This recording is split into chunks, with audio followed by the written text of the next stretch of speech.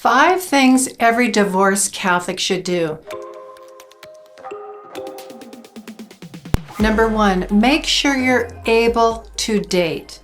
That means you have an annulment. I know you've heard this from me and others before, but it is so important to honor what the church teaches, because it's not just Catholic hoops that you have to jump through or rigid rules. It is about protecting the dignity and the value of the human persons, of the sacrament of marriage, everything that we hold dear in life, the very foundation of who we are. Yes, it's that important. Please don't wait to get an annulment till you think you might be serious with somebody. It could be too late then. You're all bonded and madly in love, and now you got a big uphill battle sometimes. Maybe somebody can't get an annulment.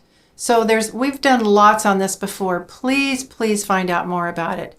You really are not ready to date the way that God wants you to be able to bless you until you have cleared up your prior relationships.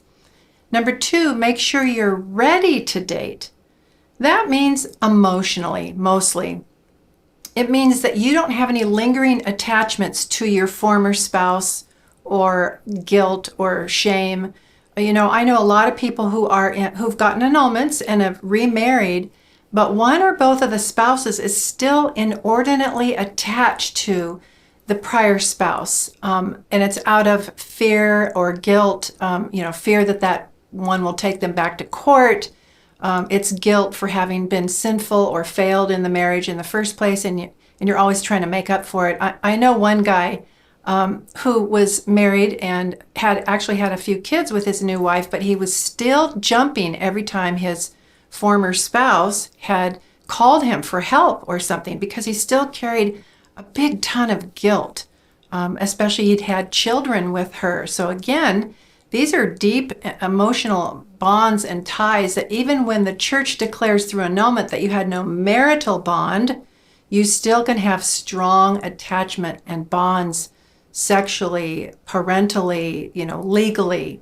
So please not only make sure that you're able to date by having an annulment, but number 2, that you're ready to date. You're not still attached to a former spouse by those emotions. Get some help, get some healing, get some counseling. Also make sure, I think that if you're ready to date, means that you don't need a spouse. That means that you have a rich and full and satisfying life without having another spouse. You've come to the place where you may desire remarriage, you're ready for remarriage, but you don't have to have it to be happy. That really makes you ready for entering into and discerning a good and healthy and holy second marriage. Number 3, make sure you know your worth and value. I know part of my problem in not discerning wisely and having gone through divorce more than one time in my youth was that my focus was on getting that guy to see me and love me and marry me.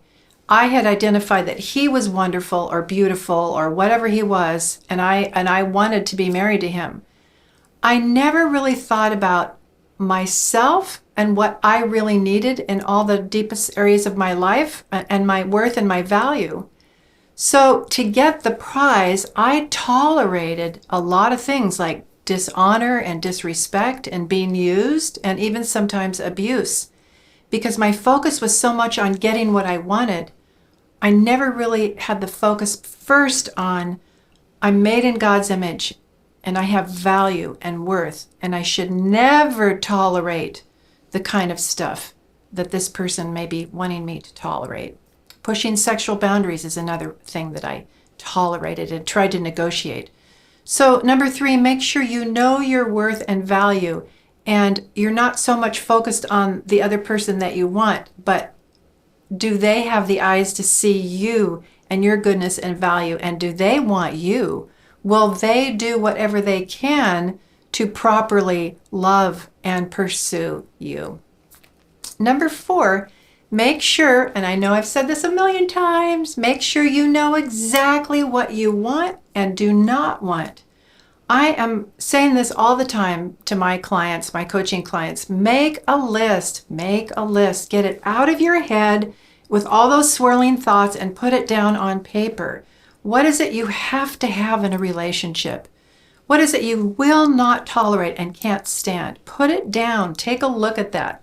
And in those 2 columns, put them in proper order. Of all the things that you want, there's something that should be number 1 and most important. Put that up at the top. I like to use Excel spreadsheets because you can move things around. But really do this. Be intentional about what you want and don't want. Just don't go in and say, well, he looks nice or she looks nice, and let's just see. And there is a component of openness and flexibility, obviously, in dating and relationships, but it should be the smaller portion of your tactics, not the larger one. Number 5, make sure that you know what God wants for you. Now, we all, in some sense, want to know God's will. We want to please God. We want God to bless our efforts. But we tend to have it backwards. We tend to think, well, what I want seems good for me, therefore God should want it and God should bless it. But we need to reverse that and say, what does God want? Let's go back to your basic catechism. What does God want for you? It's not to be happy.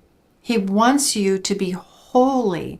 And what that means is he wants you to see him first, desire him first above anything else, to be obedient and to give your whole heart and soul to him and service to him, not out of not out of being a slave, but out of the fact that you finally recognize how much he loves you and how much he's for you and what he has for you. And that all these things that you want and you're pursuing and dating and romance and marriage are good, but they're not the end all and be all. And he wants you to shift your focus to make sure that he's right in the center. And that's where you're going to find your greatest security and no anxiety and joy, actually. So what does God want from you? He wants you to know him, to love him, to know how much he loves you, and to then serve him, to do what the church tells you to do, which is to protect your mind and your heart and your soul and your body from being used and from using others. So let's go over those again. 5 things every divorced person should do before they start dating and looking for another spouse. Make sure you're able to date. Get that annulment. Make sure you're ready to date. Get rid of any inordinate attachments to the past. Number 3, make sure you know your worth and your value and you don't sell yourself short in a relationship. Number 4, make sure you know exactly what you want and don't want. And number 5, make sure you know what God wants for you. God's will for you is very broad. He doesn't have a limited person over in, Nigeria or Southampton or Southern California waiting for you to discover that soulmate. He says, look, go after what appeals to you as long as it's under the umbrella of what's good and true and beautiful in the teachings of the church, and enjoy the process and marry who you want. And when you do it the right way, it will be in my will, it will please me, and I will bless you both.